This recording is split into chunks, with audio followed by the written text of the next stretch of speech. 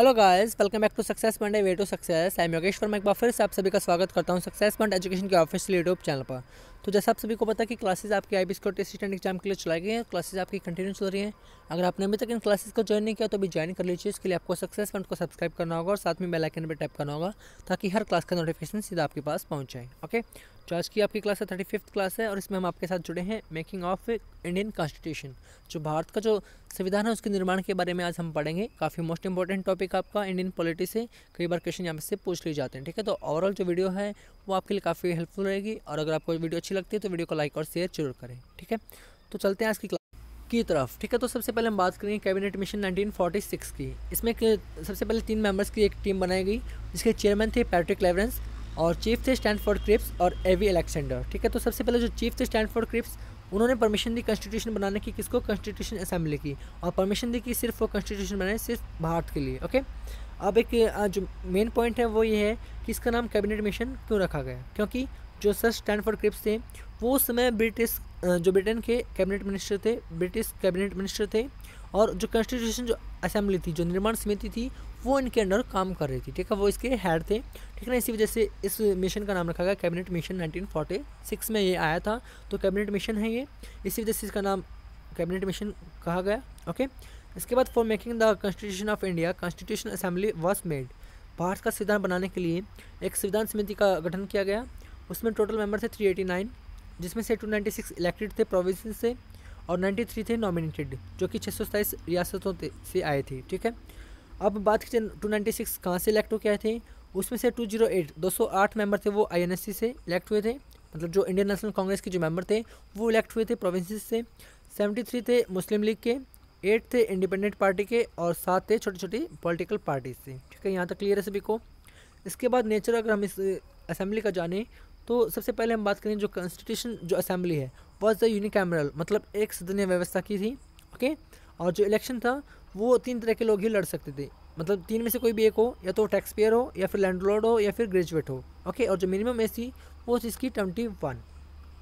अब इस जो कॉन्स्टिट्यूशन जो असेंबली है वो क्या था, पार्शली इनडायरेक्टली इलेक्टेड थी और पार्शली नॉमिनेटेड थी। ठीक है, अब इसमें क्या था, महात्मा गांधी को भी इलेक्ट किया गया, लेकिन वो क्या थे, वो इसके मेंबर नहीं बने, क्योंकि वो इलेक्ट जरूर हुए लेकिन वो इस असेंबली के मेंबर बनना में इंटरेस्ट नहीं रखते थे। ठीक है, तो वो इसके मेंबर नहीं थे।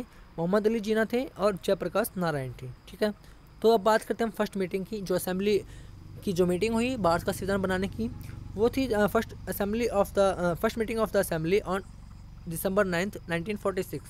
9 दिसंबर 1946 को पहली जो कॉन्स्टिट्यूशन असेंबली की मीटिंग हुई।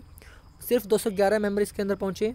ओके, जो मीटिंग थी वो मुस्लिम लीग के द्वारा उसका बाइकआउट किया गया। ठीक है, मुस्लिम लीग के द्वारा उसका बाइकआउट किया गया। तो जो फर्स्ट टेम्परेरी जो प्रेसिडेंट थे असेंबली के वो बनाएंगे डॉक्टर सचिदानंद सिन्हा। ठीक है, सिर्फ 2 दिनों के लिए।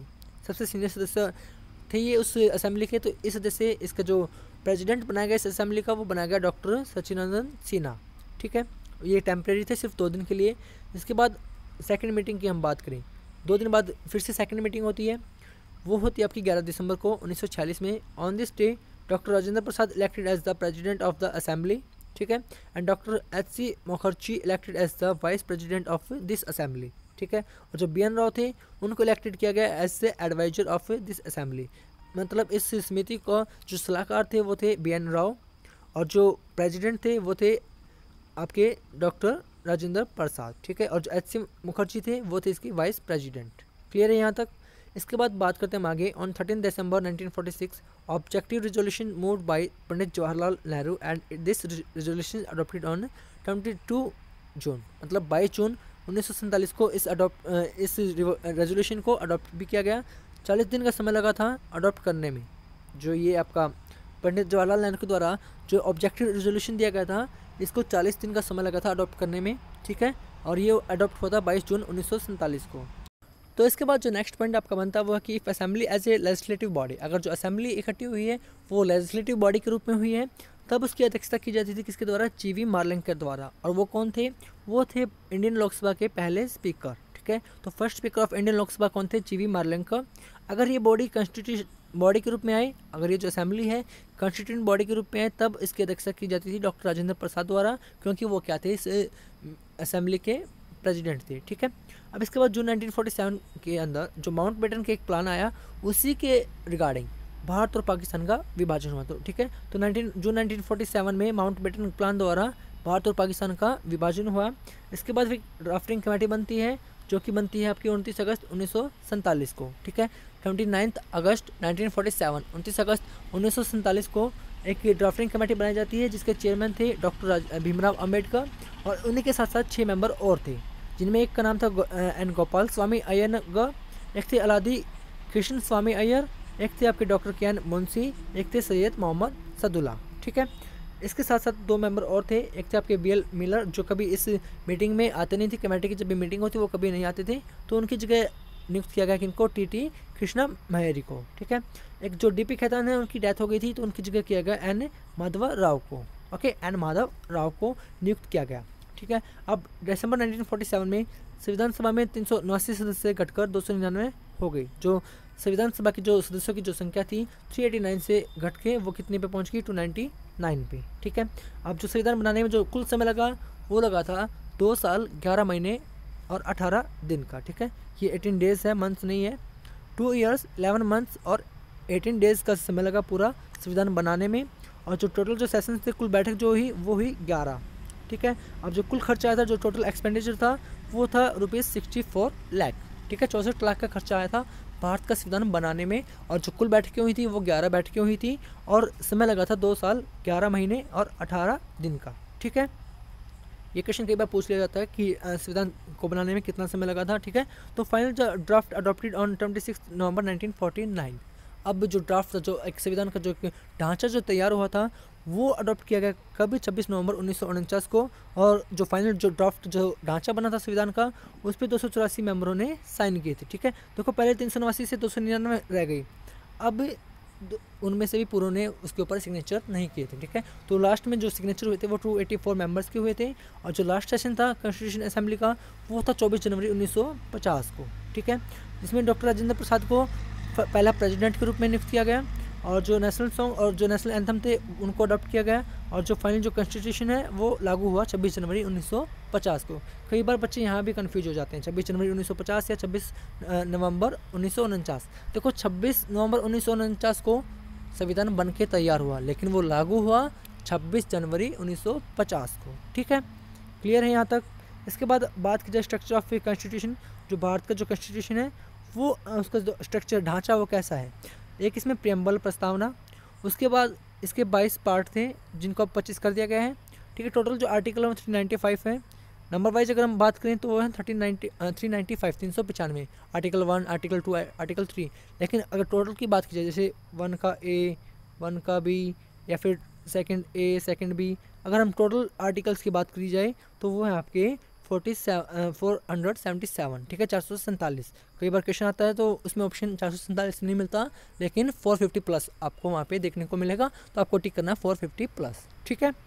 इसके बाद जो शेड्यूल थे, जिसमें हमने बात की पहली क्लास में, जो आपकी 34th क्लास थी, उसमें मैंने आपको सभी 12 सूचियों को याद करने की एक छोटी सी ट्रिक बताई थी। उसको एक बार देख लीजिए जाके, वहाँ से आपको काफ़ी आसानी होगी। उन सभी ट्रिक्स जो आपकी सूचियाँ हैं, सभी शेड्यूल्स को याद करने में काफ़ी आसानी होगी, ठीक है ना। तो टोटल जो सूचियाँ थी पहले 8 थी, अब वो 12 हो गई हैं, ठीक है। और जो अमेंडमेंट हुए, जो संशोधन हुए, वो अब तक 100 संशोधन हो चुके हैं, ठीक है।